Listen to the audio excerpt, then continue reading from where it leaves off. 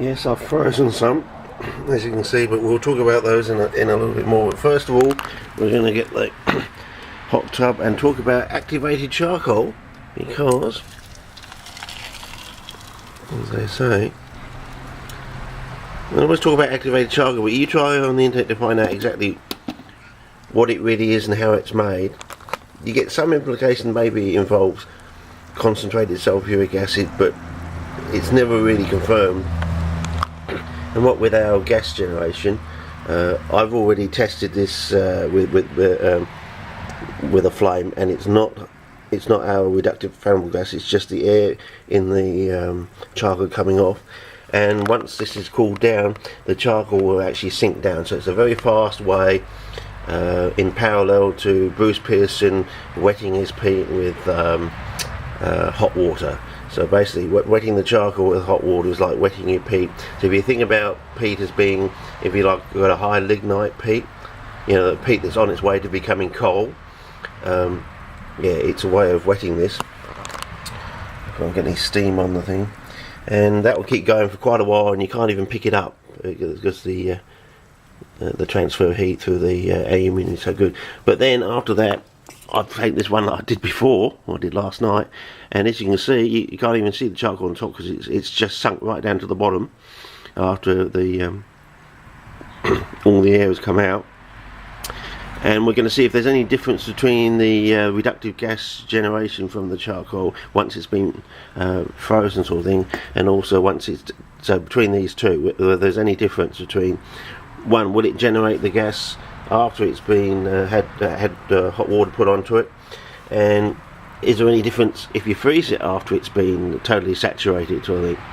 And I've took this one before which we knew generated our gas, and I've totally frozen it. I'm just going to let it thaw out and see whether it continues to generate the gas or if the gas is curtailed completely. And the reason I'm saying this is because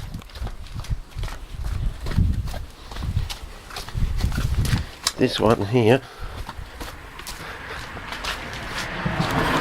went totally white here and stopped generating gas for 2 whole days, and then it started having more bubbles again. So for 2 whole days, 48 hours, you know, 2 whole days after it just suddenly went white, totally white, almost like overnight, and then for the next 2 whole days it stopped generating gas, and then after those 2 days it started generating gas again, and it's increasing to generate the gas again. So what this is, I don't know, whether it's got to some sort of biological hiccup or something, and then it's overrided that. But as you can see, even there, little bubbles are starting to come off again. So it's whether it's climaxed, which is the term they use for these sort of biological things when they reach like a plateau, sort of thing. It's called a climax.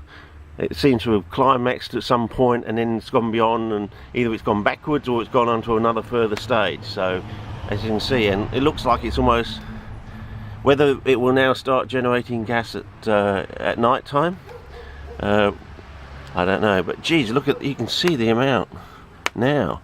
It almost seems like it's generating more now. It's gone through this sort of climax or plateau stage. But anyway, this one it's got to this sort of stage where it sort of looks like it's going to curtail for 48 hours, and this one still generating them like that. So anyway, we'll keep you informed, but that's why I'm starting to do these freeze thaw sort of experiments, including the you know, the saturation with boiling hot water sort of thing. Anyway, from the jug. Anyway, over and out. See ya. As you can see, it's already sunk now, and the fewer and fewer bubbles are coming out. But yeah, as you can see, if I can put it over the top, I don't know if you can see that.